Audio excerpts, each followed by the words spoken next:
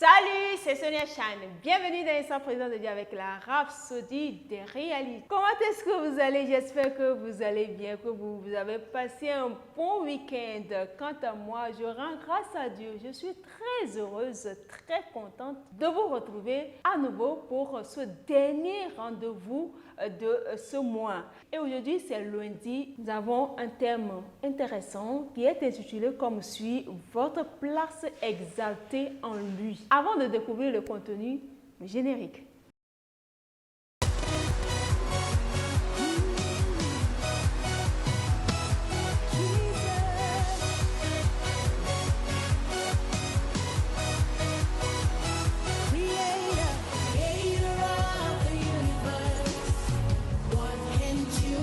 Waouh.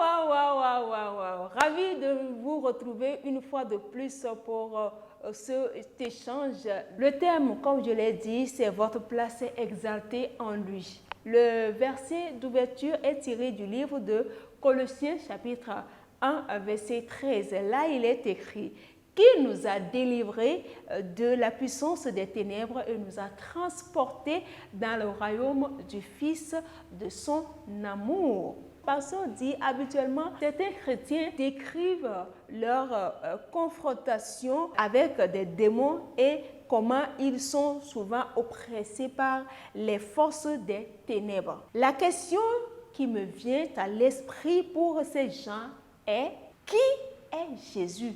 Nous a-t-il donné le pouvoir sur les démons? N'oubliez pas, la Bible dit que nous avons été délivrés, c'est-à-dire transférés et traduits de la juridiction des ténèbres dans le royaume du Fils bien-aimé de Dieu. C'est ça votre place de domicile actuelle. Vous êtes au-dessus, oui, des principautés et des puissances d'une manière vitale et effective de Satan et de ses démons de l'enfer. Jésus a dit dans le livre de Luc chapitre 10 verset 19 ceci: voici, je vous ai donné le pouvoir de marcher sur les serpents et les scorpions et sur toute la puissance de l'ennemi, et rien ne pourra vous nuire, jusqu'à ce que, et à moins que cela ne devienne votre conscience à l'heure actuelle, à l'heure où je vous parle. Votre perception et votre aperçu de la vie, vous mènerez une vie qui sera en deçà de votre appel en Christ. Le pasteur dit: voici quelque chose que j'ai fait il y a de cela plusieurs années que je vous recommande de faire pour vous-même. Prenez votre bloc-notes, là, actuellement, prenez votre bloc-notes ou votre journal et écrivez comme titre: le pourquoi j'ai le pouvoir sur les démons. Ensuite, allez dans la Bible et écrivez chaque écriture que vous pouvez trouver à propos de Jésus, qui il est et qui vous êtes en lui. Vous serez stupéfait et inspiré par ce que vous allez découvrir à propos de Jésus-Christ. Le pouvoir qu'il vous a donné est votre place exaltée en lui, tout simplement. Alléluia. Vous êtes en lui, dit pasteur, inséparablement un avec lui. Tel il est, tel vous êtes dans le monde. Et Jean chapitre 4, verset 17. Comment est-il? Il est le rayonnement de la gloire du Père. Il est la gloire personnifiée. Qui est-il en réalité, Jésus-Christ? Il est lui-même Dieu. Où est-il? Il est à la place d'honneur le plus haut et d'autorité suprême dans les lieux célestes. Éphésiens chapitre 1, verset 21 dit ceci: au-dessus de toute domination, de toute autorité, de toute dignité et de tout nom qui peut se nommer non seulement dans le siècle présent, mais aussi dans le siècle à venir. La partie la plus importante, la plus passionnante de tout ça est que vous êtes en lui. Que quelqu'un dise: je suis en lui, je suis en Christ. Là, glorieusement intronisé avec lui et exalté bien au-dessus de tout dirigeant, autorité, gouvernement, domination, pouvoir en existence. Béni soit Dieu, alléluia. Donc c'est ceci qui me fait à l'enseignement du jour intitulé « Votre place exaltée en lui ». Oui, nous sommes, j'ai toujours l'habitude de le dire, Christ c'est une demeure, c'est un lieu, c'est une place, c'est notre habitation, c'est notre maison, c'est chez nous. Donc, nous sommes en Christ, ça veut dire que nous sommes intouchables. Nous sommes assis avec lui dans un lieu d'autorité. Nous pouvons exercer en tant que Jésus, nous pouvons faire des choses en tant que Jésus, nous pouvons ordonner au diable et ils vont répondre dans le nom de Jésus. Parce que Christ, c'est notre domicile actuel, là où nous sommes. Nous sommes exaltés en lui. Il n'y a rien qui puisse nous nuire. C'est en lui, nous nous mouvons, nous marchons, nous dormons, nous mangeons, nous nous déplaçons en fait. Il est notre être. Nous devons nous enorgueillir, nous devons nous réjouir de ce lieu, cet endroit-là où nous nous trouvons actuellement. Alléluia.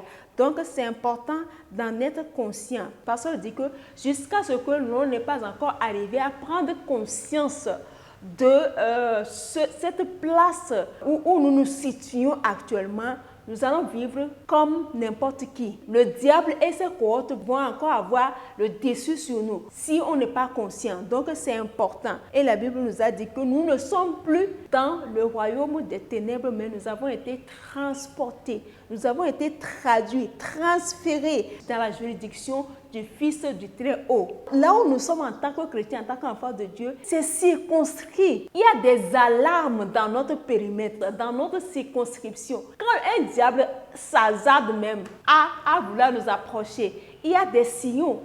Il y a une alarme qui est déclenchée. Lui-même ne peut pas rentrer. Donc, il faut qu'on prenne conscience de où nous sommes actuellement et de pouvoir agir en conséquence.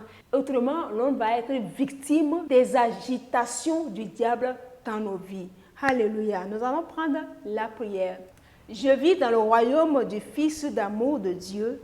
C'est dans ce domaine que je suis né, un domaine de gloire, au-delà du temps et de l'espace, le domaine du miraculeux. Je refuse de descendre au niveau de vie de ce monde ou de raisonnement. Je règne sur les démons et des circonstances en dominant ce monde par les principes de notre royaume céleste. Alléluia. Pour une étude approfondie à l'enseignement du jour, vous allez lire Colossiens chapitre 1, versets 12 à 13, Éphésiens chapitre 1, versets 21 à 23 et puis Éphésiens chapitre 2, verset 6. Pour une étude de la Bible en un an, vous allez lire Matthieu chapitre 21, verset 1 à 32 et puis Exode chapitre 18, chapitre 19. Enfin, pour une étude de la Bible en 2 ans, vous allez lire Matthieu chapitre 11, verset 1 à 10 et Genèse chapitre 30. Si aujourd'hui est votre première fois de tomber sur cette vidéo, vous savez que vous n'avez pas encore fait de Jésus votre sauveur et Seigneur personnel, c'est l'occasion. Si vous ne trouvez pas d'inconvénient, je vais vous conduire à travers cette prière que nous appelons la prière du salut. Je dis et vous répétez après moi, s'il vous plaît. Ô Seigneur Dieu, je crois de tout mon cœur en Jésus-Christ, Fils du Dieu vivant. Je crois qu'il est mort pour moi et Dieu l'a ressuscité des morts. Je crois qu'il est vivant aujourd'hui. Je confesse de ma bouche que Jésus-Christ est le Seigneur de ma vie à partir d'aujourd'hui. Par lui et en son nom, j'ai la vie éternelle. Je suis né de nouveau. Merci Seigneur d'avoir sauvé mon âme. Je suis désormais un enfant de Dieu. Alléluia. Félicitations, bienvenue dans la famille des enfants de Dieu, dans la famille des champions, dans la famille des élus, dans la famille des illuminés. Voilà, c'est ceci qui me fait aimer la vidéo, partagez-la, abonnez-vous à la page ainsi qu'à la chaîne YouTube et n'oubliez pas de laisser vos commentaires et suggestions pour plus d'amélioration à ce rendez-vous et activez aussi la cloche de notification pour ne pas rater la prochaine publication. Si Jésus tarde à revenir, je vous donne rendez-vous sur mercredi prochain qui sera le 1er février, deuxième mois de cette année. D'ores et déjà, je vous souhaite bienvenue dans ce nouveau mois. Que toutes les bénédictions et les grâces vous accompagnent. Au revoir.